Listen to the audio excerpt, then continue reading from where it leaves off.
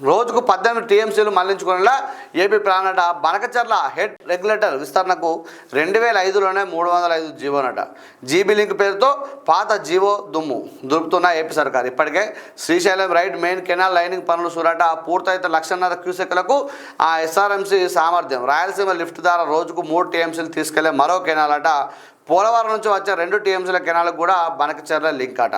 ఒక్కసారి డిస్ట్రిబ్యూటర్ వ్యవస్థ ఆయకట్టు రెడీ అయితే ఏపీని ఆపడం కష్టమంటున్న ఇరిగేషన్ ఎక్స్పర్ట్స్ అట. అయితే గోదావరి బనకచర్ల జీబీ లింక్ పేరుతో ఏపీ మరో కుట్రకు తెరలేపుతుంది.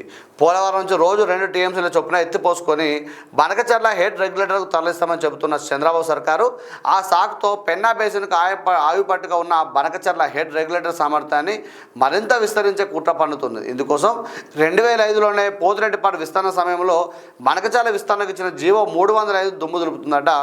అయితే మీరు గమనించండి మిత్రులారా, అంటే ఉమ్మడి ఆంధ్రప్రదేశ్ ఉన్నప్పుడు 2005 ఉంటాయి. ఉమ్మడి ఆంధ్రప్రదేశ్ ఉన్నప్పుడు అప్పుడు ఏదైతే జీవో ఇచ్చినారో ఆ జీవోని మెల్లగా ఫైల్ని బయటకు తీస్తున్న ఏపీ సర్కార్ అట.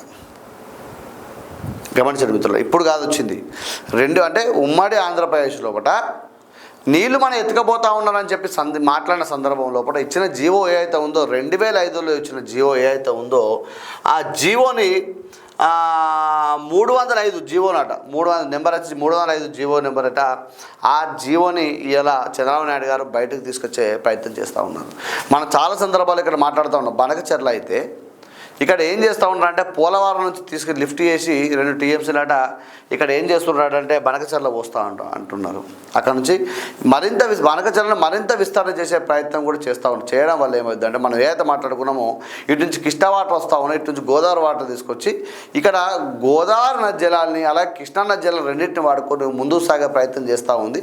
అప్పుడు ఏదైతే ఉందో లిఫ్ట్ చేసి పారవచ్చినప్పుడు ఇక్కడ ఏమవుతుందంటే మన గోదావరి యొక్క వాటర్ మొత్తం తీసుకున్నప్పుడు వాళ్ళకి వచ్చే వాటర్ కంటే ఎక్కువ తీసుకున్నప్పుడు ఏమవుతుందంటే మనకి ఇబ్బంది అవుతుంది. కాబట్టి చంద్రబాబు నాయుడు గారు ఏమంటున్నారు, ఆ సముద్రంలో కలిసే వాటర్ అని చెప్తారు. సముద్రం కలిసే వాటర్ కాదు, ఇక్కడ ఏదైతే ఉందో బనకచర్ల లింక్ చేసుకొని ఇక్కడ నుంచి ఎత్తిపోతల అంటే మన కాళేశ్వరం ఎట్లయితే ఎత్తిపోతల పథకం చేసినా మనది ఇక్కడ ఫెయిల్ అయిపోయింది. కానీ అక్కడ పకడ్బందీగా చేసి ఎత్తిపోతల పథకాన్ని చేసుకొని ముందుకు సాగే ప్రయత్నం అయితే ఇక్కడ ఏపీ ప్రభుత్వం చేయడం జరుగుతూ ఉంది.